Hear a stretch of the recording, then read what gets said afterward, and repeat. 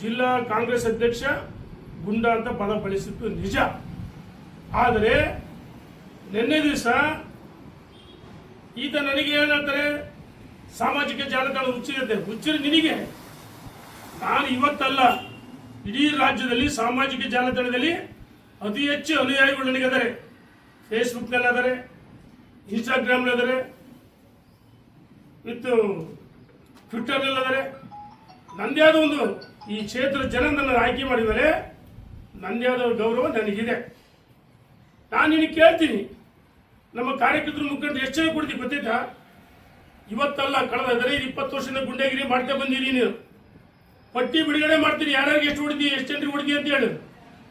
ಆದರೆ ಆ ದೌರ್ಜನ್ಯ ಮಾಡಕ್ಕೆ ಬಂದರೆ ಭಾರತೀಯ ಜನತಾ ಪಾರ್ಟಿ ಕಾರ್ಯಕರ್ತರು ನಾನಿರ್ಬೋದು, ನಾವು ತಾಯಿ ಹಾಲು ಕೊಡ್ತೀವಿ. ಆದರೆ ಕೈ ಬಳೆ ಹಾಕಿಂದಿಲ್ಲ. ಏನು ಹೇಳಿದಿ ನೀನು?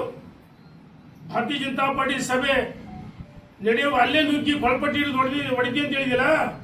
ನಾನು ನಿನಗೆ ಸವಾಲಾಗ್ತೀನಿ. ನಿನಗೆ ತಾಕತ್ತಿದ್ರೆ ನಾನು ಒಬ್ಬರೇ ಬರ್ತೀನಿ ಸಂಗೊಳ್ಳಿ ರಾಯಣ್ಣ ಸರ್ಕಲ್ಗೆ. ಸಂಗೊಳ್ಳಿ ರಾಯಣ್ಣ ಒಬ್ಬರೇ ಬರ್ತೀನಿ. ನಾನು ನಿನಗೆ ಸವಾಲಾಗ್ತೀನಿ.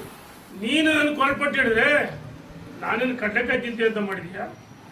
ಅದೇ ದಾಟಿಲಿ ನಿನಗೆ ಹೆಂಗೆ ಉತ್ತರ ಕೊಡಬೇಕು ಅಲ್ಲೇ ನೀನು ಕೊಳಪಟ್ಟಿ ಹಿಡಿದು ಏನು ಮಾಡೋಕ್ಕೋ ಮಾಡ್ತೀನಿ. ಆದರೆ ಪಕ್ಷದ ಸಭೆಯಲ್ಲಿ ನೀನು ಬಂದು ಗೊಂದಲ ಮಾಡೋಕ್ಕೆ ಪಟ್ರೆ ಪ್ರಯತ್ನ ಮಾಡಿದ್ರೆ ಯಾವ ಹಂತದಲ್ಲಿ ನಮ್ಮ ಕಾರ್ಯಕರ್ತರು ಮುಖಂಡರು ಉತ್ತರ ಕೊಡ್ತಾರೆ. ನಾನು ಹೇಳ್ತೀನಿ, ನೀನು ಎಲ್ಲಿವರೆಗೆ ಗುಂಡಾಗಿರಿ, ನಿನ್ನ ಪದ ಬಳಕೆ ಹೆಂಗಿದೆ, ನಿನ್ನ ಹೊಲಸು ಬಾಯಿ, ಹರುಕು ಬಾಯಿ, ಏನು ಬೇಕಂತ ಮಾತಾಡ್ತೀಯ? ಯಾರಿಗೆ ಬೇಕಾದ್ರೂ ಹೊಡ್ತೀರಿ, ಬಿಟ್ಬಿಡ್ತೀವಿ ನಾವು.